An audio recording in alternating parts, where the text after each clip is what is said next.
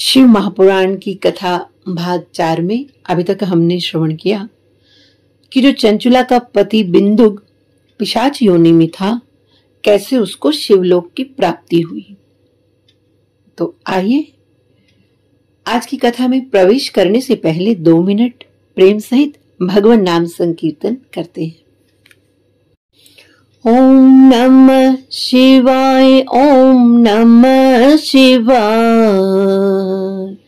हर हर भोले नमः शिवाय। ओम नमः शिवाय, ओम नमः शिवाय, हर हर भोले नमः शिवाय। ओम नमः शिवाय, ओम नमः शिवाय, हर हर भोले नमः शिवाय। ओम नमः शिवाय, ओम नमः शिवाय, हर हर भोले नमः शिवाय। ओम नमः शिवाय, ओम नमः शिवाय, हर हर भोले नमः शिवाय। ओम नमः शिवाय, ओम नमः शिवाय, हर हर भोले नमः शिवाय। ओम नमः शिवाय, ओम नमः शिवाय, हर हर भोले नमः शिवाय। ओम नमः शिवाय, ओम नमः शिवाय, हर हर भोले नमः शिवाय। आइए भाव सहित भगवान भोलेनाथ जी को अपने हृदय में बसाते हुए उनके श्री चरणों का ध्यान करते हुए आज की कथा में प्रवेश करते हैं। तो शौनक आदि ऋषियों ने जब सूत जी के श्री मुख से इतनी सुंदर शिव महापुराण की महिमा श्रवण की, तब शौनक जी कहते हैं कि हे प्रभु, अब आप हमें कल्याण में शिव पुराण के श्रवण की विधि और नियमों को बताइए, ताकि जिससे सभी श्रोताओं को संपूर्ण उत्तम फल की प्राप्ति हो। तब सूत जी कहते हैं, हे शौनक जी, पहली बात तो यह है कि भगवान की कथा तो निष्काम भाव से निरंतर सुननी चाहिए। उसके लिए किसी मुहूर्त की, किसी काल की या किसी स्थान की आवश्यकता नहीं होती है, क्योंकि न जाने कब हमारे सिर पर काल मंडरा रहा हो। तो इसलिए बिना किसी मुहूर्त के भगवान की कथा निरंतर श्रवण करो। लेकिन हाँ, अगर कथा किसी कामना की पूर्ति हेतु करवानी हो, क्योंकि भगवान शिव की कथा तो महाफल देती है ना, तब सब विधि विधान से करवाना चाहिए। तो सबसे पहले किसी ज्योतिषी को बुलाकर उसे दान से संतुष्ट करो और फिर उससे कथा का शुभ मुहूर्त निकलवाओ, और फिर उस कथा की सूचना का संदेश सभी लोगों तक पहुंचाओ कि हमारे यहाँ शिव महापुराण की कथा होने वाली है और अपने कल्याण की इच्छा रखने वालों को इसे सुनने अवश्य पधारना चाहिए। संतों की श्रीमुख से सुना है कि जो लोग कथा के लिए प्रचार करते हैं कि आइए यहाँ कथा हो रही है, आप सब श्रवण कीजिए, और जब श्रोता आते हैं ये प्रचार सुनकर, तो कहते हैं कि उस आने वाले श्रोता के पुण्य का 10% उसको मिलता है जो कथा के लिए बुलाता है। जैसे LIC के एजेंट होते हैं ना, तो वो जगह जगह प्रचार करते हैं ताकि वो उस पॉलिसी को खरीदें, और खरीदने वाले को तो बेनिफिट होता ही है, लेकिन 10% उसको भी बेनिफिट होता है जो इस पॉलिसी का प्रचार करता है।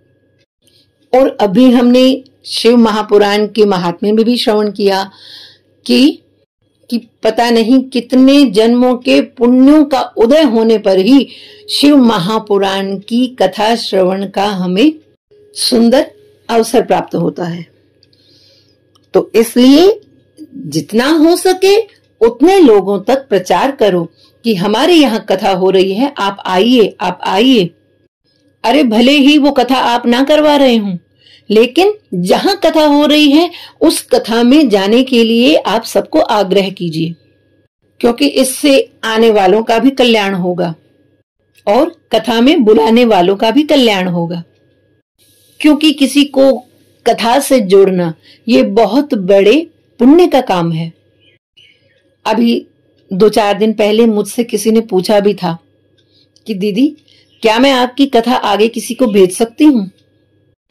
अब ये तो अच्छा हुआ कि मैंने संतों के श्रीमुख से सुन रखा था और शिव महापुराण की कथा में भी श्रवण किया था, इसलिए मैं उनको सही उत्तर दे पाई। वरना मुझ में कोई सामर्थ्य नहीं कि मैं किसी के प्रश्न का सही तरह से समाधान कर सकूं, क्योंकि ना मुझ में बल है, ना मुझ में बुद्धि है।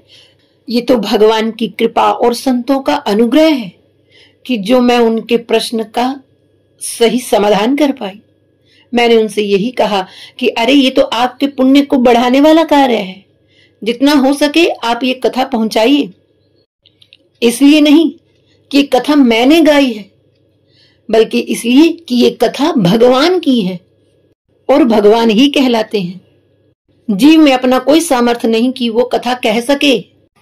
और ये बात तो मैं पहले भी आप लोगों से बार बार कहती आई हूं कि मुझ में ना कोई बुद्धि है, ना ज्ञान ही है, और ना ही मैं कोई भक्त हूं।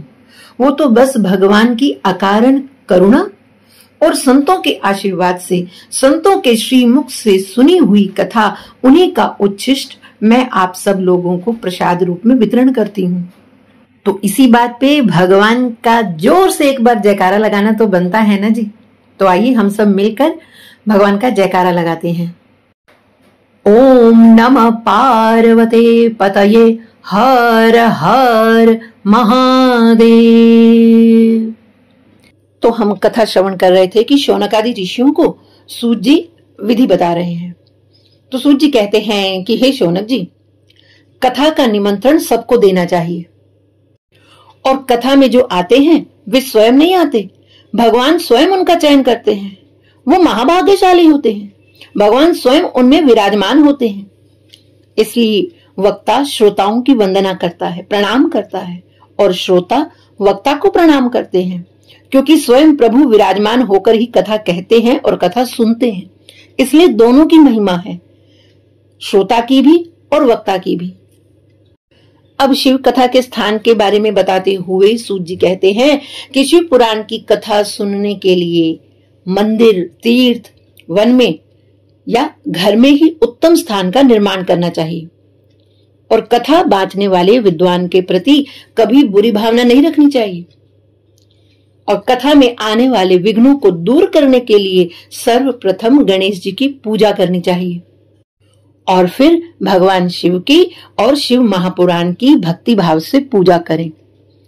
तत्पश्चात श्रोता तन मन से शुद्ध होकर आदर पूर्वक शिव महापुराण की कथा श्रवण करे। जो मनुष्य अपनी सभी चिंताओं को भूलकर कथा में मन लगाते हैं, उन शुद्ध बुद्धि मनुष्यों को उत्तम फल की प्राप्ति होती है। कथा सुनने वालों को जितने दिन कथा होती है उतने दिन इन नियमों का पालन करना है। कौन से नियम? बोले, मन में दया रखनी है, मौन रहना है, सरलता हो, विनय हो और उदार हो। ये सब सद्गुणों को अपनाना चाहिए और पर निंदा का त्याग करके नियम पूर्वक कथा श्रवण करें। और कथा में बैठने से पूर्व उसे पेट भर के भोजन नहीं करना चाहिए, क्योंकि अधिक खाने से आलस्य आता है, आलस्य आने से फिर नींद आती है, और फिर श्रोता उस फल से, जो कथा श्रवण करने का फल है, उससे वंचित हो जाता है। अभी आपको एक उदाहरण बताती हूँ जो संतों के श्रीमुख से मैंने श्रवण किया था। कि एक बार एक सेठ था, उसकी पत्नी तो बड़ी भगवत चर्चा में अपना समय व्यतीत करती थी, जहां कहीं कथा होती थी वो श्रवण करती थी। लेकिन उस पत्नी का जो पति था, जो सेठ जी थे, वो कभी कथा में नहीं जाते थे। तो उसकी पत्नी ने उन्हें बहुत आग्रह किया कि आप कभी कथा में जाइए, एक बार आप जाकर तो देखिए। तो बार बार अनुग्रह करने पर एक दिन वो पत्नी के कहने से कथा में चला गया, अब बड़े सेठ जी थे, तो जैसे ही सेठ जी कथा प्रांगण में पधारे, क्योंकि बड़े सेठ जी थे, तो लोगों ने कहा आइए आइए, आपका स्वागत है, आइए आइए बैठिए। और जैसे ही सेठ जी कथा में बैठे और उनको नींद आ गई।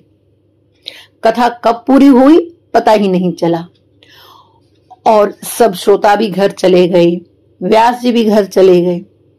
और तब उस कथा में जो व्यवस्थापक था, जिसने कथा में श्रोताओं के लिए दरियां बिछाई थी, अब उसको अपनी दरी उठानी थी, तो उसने उसको जगाया, जागिए, उठिए, अब जाइए। तो जैसे ही वो जागा तो उसने कहा, अरे कथा हो गई? उसने बोला, हाँ, अब आप घर जाइए। तब वो घर आया तो पत्नी ने पूछा कि आज आपने कथा में क्या श्रवण किया, कैसी लगी आपको कथा? तो उसने कहा, ओहो, कथा तो बहुत सुंदर थी। अरे कथा में बैठते ही मुझे तो नींद आ गई, इतनी मीठी नींद मैंने आज तक नहीं ली है। तो पत्नी ने पूछा, अच्छा लेकिन आपने श्रवण क्या किया, कुछ तो श्रवण किया होगा? बोले, हाँ, मैंने 3 शब्द सुने। क्या? जल्दी से बताइए। आइए, बैठिए और जाइए। तो पत्नी ने अपने माथे पर हाथ रखा कि हे भगवान, ये सुनकर आए हैं कथा में। तो अब रात्रि का समय था। अब क्योंकि वो सेठ जी कथा में पूरे 3 घंटे सोते रहे, अब उनको नींद नहीं आए। वो परेशान, कभी इस करवट तो कभी उस करवट। तो पत्नी से कहा कि मुझे नींद नहीं आ रही। तो पत्नी ने कहा, ऐसा है, देखो आज आप कथा में गए थे ना, जो वो शब्द हैं वो गुरु मंत्र हैं, आप उसको बोलते बोलते आपको नींद आ जाएगी। उसने कहा, अच्छा चलो ठीक है। अब वो सेठ जी लेट कर आंखें बंद कर उसी मंत्र का जाप करने लगे। आइए, बैठिए, जाइए, आइए, बैठिए, जाइए। अब हो गई आधी रात। इतने में एक चोर आया। वो धीरे से आया और उसने उस सेठ जी की तिजोरी से बहुत सा माल निकाला। अब सेठ जी को निद्रा तो आई नहीं थी, वो तो इसी मंत्र का जाप कर रहे थे मन ही मन में। एकदम से बोले, आइए आइए आइए। अब वो चोर डर गया कि इन्होंने मुझे देख लिया है। और सेठ क्या कहता है, आइए, बैठिए। अब तो वो चोर पक्का डर गया कि ये मुझे राजा के पास पकड़वाएंगे और फिर राजा मुझे फांसी दे देगा। तो वो तुरंत हाथ जोड़कर सेठ जी के सामने खड़ा हो गया कि हे सेठ जी, मुझे माफ कर दीजिए, मैं आज के बाद कभी चोरी नहीं करूंगा। ये रहा आपका धन, और बाकी और भी धन लीजिए जो मैं कहीं और से भी चुरा कर लाया हूं, सब ले लीजिए, लेकिन मुझे छोड़ दीजिए। अब सेठ जी तो आंखें बंद किए हुए थे, उन्हें क्या पता। उन्होंने कहा, जाइए। और वो चोर सरपट भागा। तो जैसे ही सुबह हुई और सेठ ने अपने चारों तरफ धन देखा, तब अपनी पत्नी से कहा, अरे देवी, तुमने तो मेरा कल्याण कर दिया, जो मुझे इस बात के लिए प्रेरणा की कि तुम उन मंत्रों का जाप करो। तो देखो, रात्रि में एक चोर आया और वो भी नतमस्तक होकर भाग गया। हमारा कुछ भी चोरी नहीं हुआ, सब कुछ यहीं छोड़कर भाग गया। तो पत्नी ने कहा, अरे ये महिमा मंत्र की नहीं है, ये तो झूठा मंत्र था। लेकिन बात यह है कि आप एक दिन कथा में गए तो उन झूठे मंत्रों का जाप करके आपका कल्याण हो गया। तो सोचिए, जिस दिन आप कथा से सच्चा मंत्र लाएंगे और उसका जाप करेंगे तो आपका कितना कल्याण होगा। तो इसलिए सार की बात यह है कि यदि आप अपना कल्याण चाहते हैं तो कथा में आइए। तो महाराज, हम श्रवण कर रहे थे कि सूत जी शौनक आदि ऋषियों से क्या कह रहे हैं कि जो मनुष्य अपनी सभी चिंताओं को भूलकर कथा में मन लगाते हैं, उन शुद्ध बुद्धि मनुष्यों को उत्तम फल की प्राप्ति होती है। तो कथा सुनने वालों को जितने भी दिन कथा होती है, उतने दिन दया, मौन, सरलता, विनय और उदारता आदि सद्गुणों को अपनाना चाहिए और परनिंदा का त्याग करके नियम पूर्वक कथा श्रवण करनी चाहिए। इससे होगा क्या? बोले, सकाम मनुष्य तो इस कथा के प्रभाव से अपनी अभिष्ट कामना को प्राप्त करेगा, और जो निष्काम भाव से कथा श्रवण कर रहा है उसे मोक्ष की प्राप्ति होगी। और जब शिव महापुराण की कथा संपूर्ण हो जाए तो श्रोताओं को भगवान शिव की पूजा करनी चाहिए और पुराण की भी पूजा करनी चाहिए, और उसके बाद वक्ता की भी पूजा करनी चाहिए। कथा संपूर्ण होने पर विरक्त मनुष्य को कथा की संपूर्णता पर गीता का पाठ करना चाहिए, और गृहस्थ को श्रवण कर्म की शांति हेतु होम करना चाहिए, कि हे प्रभु, यदि हमसे श्रवण करने में कोई त्रुटि हो गई हो तो उसकी शांति हेतु हवन करना चाहिए, और यदि हवन करने में असमर्थ हो तो भक्ति पूर्वक शिव सहस्त्र नाम का पाठ करना चाहिए। फिर प्रसाद में खीर अर्पण करके 11 ब्राह्मणों को भोजन कराकर उन्हें दक्षिणा दें, और फिर शिव महापुराण की पोथी पर दक्षिणा रखकर आचार्य को भेंट स्वरूप दें। इस पुराण के दान से भगवान शिव का अनुग्रह पाकर मनुष्य भव बंधन से मुक्त हो जाता है। तो शिव महापुराण को विधि पूर्वक संपूर्ण करने पर यह संपूर्ण फल देता है और भोग और मोक्ष प्रदान करता है। तो आइए कथा को विराम देते हैं। हरये नमः, हरये नमः, हरये नमः।